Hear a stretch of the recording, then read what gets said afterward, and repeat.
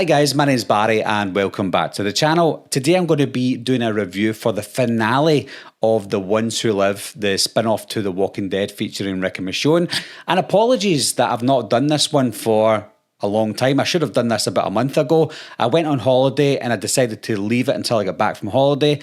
And then when I came back, I thought, I don't really want to watch this just now because I'll be honest right now, the first 5 episodes were a bore fest. I didn't like the first 5 episodes. There was some good things about it, but ultimately it was showing us and showcasing the worst of what we got in The Walking Dead, and that's it. So I wasn't excited about episode 6, but because it was a finale, I decided, you know what, I'm going to give it a chance. Maybe this ending will be explosive. And was it explosive?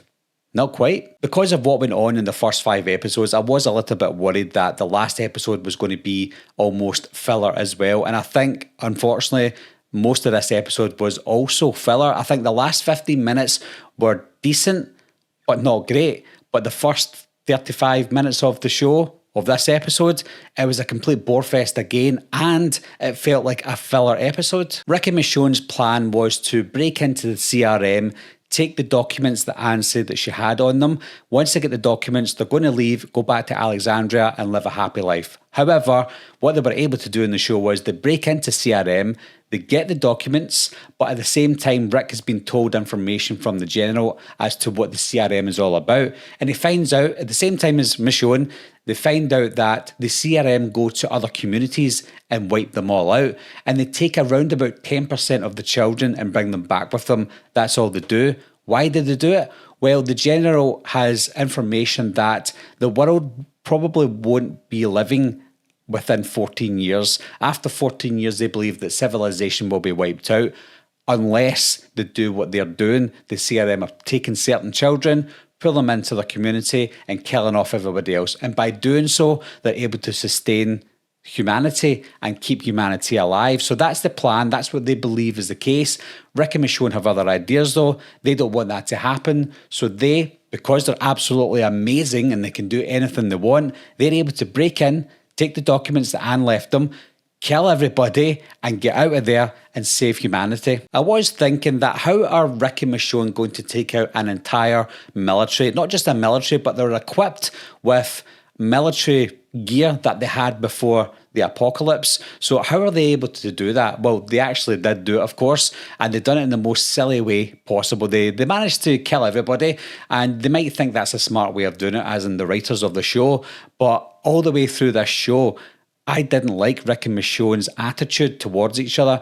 They kept on bigging each other up as if they were the best things in sliced bread, and it made me not appreciate these characters. I loved the characters in the original show in The Walking Dead, but in this one, they were just so up themselves, I just couldn't get behind them. Aside from Rick and Michonne, every other character in this show was absolutely pointless. They had no need to be there at all. Anne was the only one that I thought maybe she had a bit of a purpose in the show because she was the one that took Rick to the CRM, but ultimately she didn't matter. When you look at Gabriel, why was he there? He was only there for a filler episode. I have no idea why he was there. The people that carried Michonne to the destination to reach Rick, again, they were absolutely pointless. The general, one of the most pointless characters in the entire show, he had his biggest role in the last episode and Rick was able to just kill him. Thorne as well, there was no need for Thorne to be there. She was only there as a distraction for us to go, oh, maybe she's going to stop things from happening, maybe she's going to agree with Rick, but ultimately she was just there to die in the end. Throughout the entire show, including and especially the last episode, I think the dialogue was very cringy. It was almost like it was written by a 21-year-old who had no experience in writing anything at all. I thought the dialogue in The Walking Dead was quite cringy near the end, but at the beginning it was masterful at times, almost like Frank Darabont films. But looking at The Ones Who Live, it just seems like it was written by people who love Rick and Michonne, but they don't care about anything else. Rick and Michonne were just too amazing in every episode on this show, and they kept reminding each other of it, and it was really annoying. After they killed everybody in the CRM, they managed to convince the civilians who were still at the CRM to come with them and help them get aid to other communities. And at the end of the show, you've seen the help packages going across to other communities, and then we get a final scene where Rick, Michonne, RJ and Judith got together again. That was the best moment in the show. Seeing the kids meet their dad again, and it was a happy ending for Rick's family. But I wanted more than just a happy ending for Rick. This whole entire show felt like a filler episode in an episode of The Walking Dead. They could have just taken one episode to do, but instead they split it into 6 episodes, and it was an entire filler season until Rick got back to his family. The best parts about this episode were the flashbacks of all the best bits of the Walking Dead franchise, and that just reminded me of how good The Walking Dead used to be until it ended up like this. I did say at the start of my reviews, before I even got to this episode, that Rick, Michonne and the rest of the crew in The Walking Dead, all it was really about was them going from community to community, destroying it, taking it down, leaving and going to another community. So when this show started, I said to myself, this is going to happen, and that's exactly what happened. Rick and Michonne went to the CRM, killed everybody, took the rest of them and moved on. Now the CRM no longer exists.